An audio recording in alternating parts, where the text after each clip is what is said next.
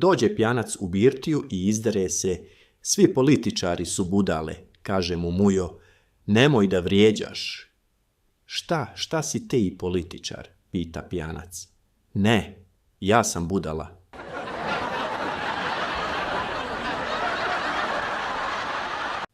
Halo, dobar dan, jesam li dobio savjetovalište za alkoholičare? Jeste, izvolite. Zanima me, ide li led u vinjak?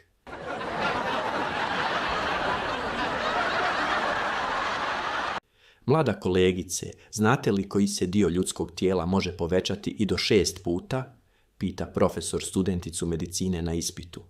Djevojka pocrveni, obori pogled i kaže: znam, profesore, ali to je zjenica oka.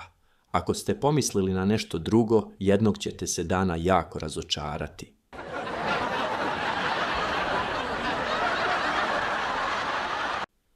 Sjedi muž i žena na klupi u parku i kaže žena: kako je romantično, na šta te podsjećaju ove zvijezde i mjesec?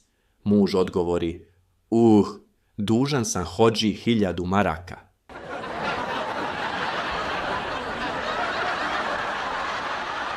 Piše Mujo dnevnik: danas je 25.10. kiša pada već tjedan dana kao iz kabla. Fata je tužna, stalno gleda kroz prozor. Bojim se da ću je, ako kiša još potraje, morati pustiti unutra.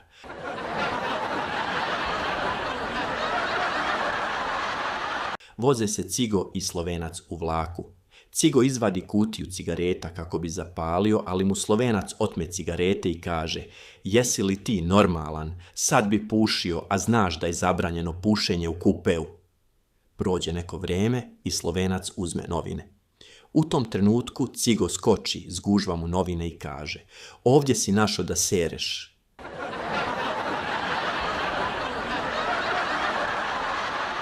Mladoženja pita svećenika: a je li stvarno doživotno ovo dok vas smrt ne rastavi?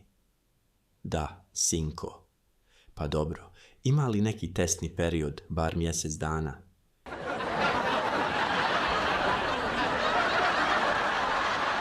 Ako ti je ovaj vic bar malo popravio raspoloženje, klikni pretplati se i pusti da ti svaki sljedeći video donese još jedan osmeh. Mama, mogu li obući mini suknju? Ne. Mogu li staviti ruž za usne? Ne. Mogu li obuti štikle? Ne. Ali mama, ja imam 18 godina. Znam, Perice, znam.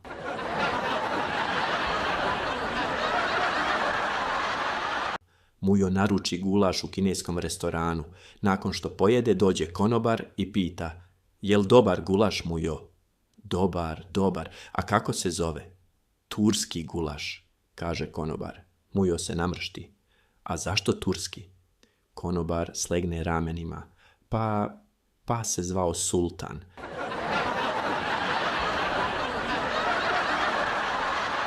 Svađaju se muž i žena. Ti budalo, sve pare trošiš na piće, vikne žena. Šta hoćeš? Ti kupuješ maskaru od 50 eura. Ali ja je kupujem da ti budem lijepa. Pa i ja pijem da mi budeš lijepa.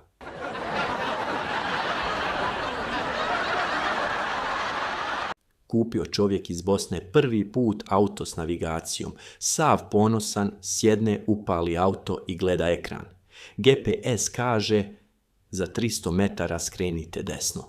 On razmišlja i kaže: ma šta ti znaš, ja tu vozim 20 godina. GPS šuti. Poslije 5 minuta. Okrenite se gdje je moguće. Ma neću se ja tebi okretat, nisam lud. Vozi dalje, ulazi u selo, makadam, blato. Krave prelaze cestu. GPS opet kaže: ruta je promijenjena. Vidiš da možeš i ti pogriješit. Na kraju završi pred kućom punice. GPS mirno kaže: stigli ste na odredište. Kazna za tvrdoglavost, ručak kod punice. Čovjek ugasi auto, pogleda GPS i promrmlja: moj brate, znaš ti Balkan bolje nego ja.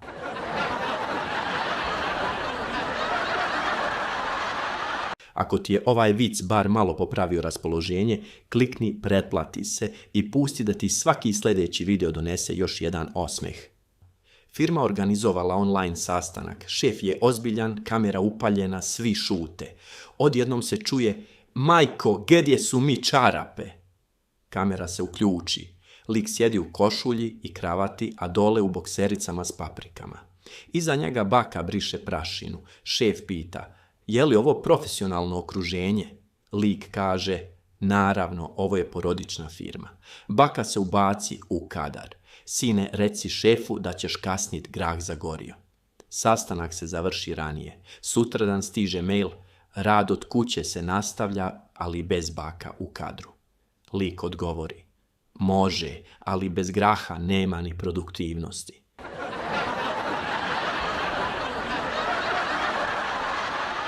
Kupio čovjek ženi buket cvijeća. Žena se oduševi: "Jao, što si romantičan?" "Pa morao sam, kredit su mi produžili." Ona pita: "A je li ovo iz ljubavi?" "Naravno, i popust je bio iz ljubavi." Kasnije joj kaže: "Ajde da izađemo negdje fino." "Gdje?"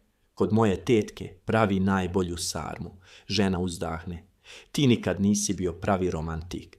"Jesam, samo balkanski. Kod nas se ljubav pokazuje punim tanjirom."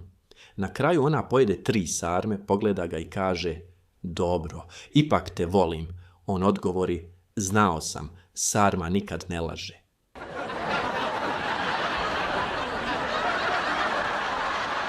Ako ti je ovaj vic bar malo popravio raspoloženje, klikni pretplati se i pusti da ti svaki sljedeći video donese još jedan osmeh. Kupio deda smartphone.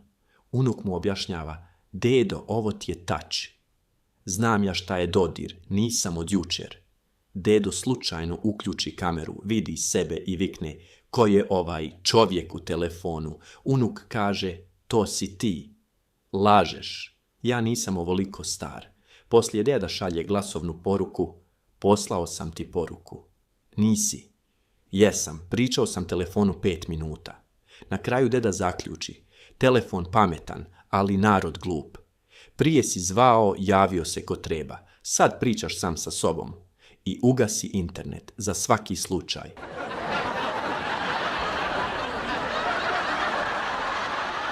Odvede lik auto na servis jer mu nešto čudno ropota.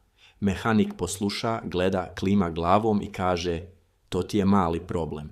Lik pita: "Koliko mali?" "Pa, srednje mali."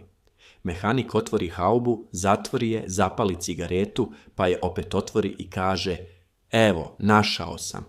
"Šta?" "Problem." Poslije 3 sata zvanja, šrafljenja i filozofiranja, mehanik ponosno kaže: "Sad je ko nov." Lik sjedne, upali auto, isto ropota, samo glasnije: "Majstore, isto je." "Normalno, sad znaš da radi." Na računu piše: "Dijagnostika, 80 € rad, 120 € savjet, gratis savjet ispod. Ne slušaj auto, slušaj mene."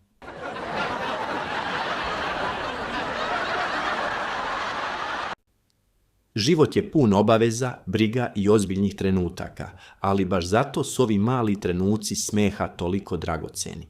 Ako ti je ovaj video pokazao koliko osmeh znači, nemoj da ga tražiš slučajno sljedeći put. Klikni pretplati se i dozvoli da ti smeh dolazi redovno, bez čekanja i bez muke, jer svaki dan zaslužuje da bude bar malo veseliji.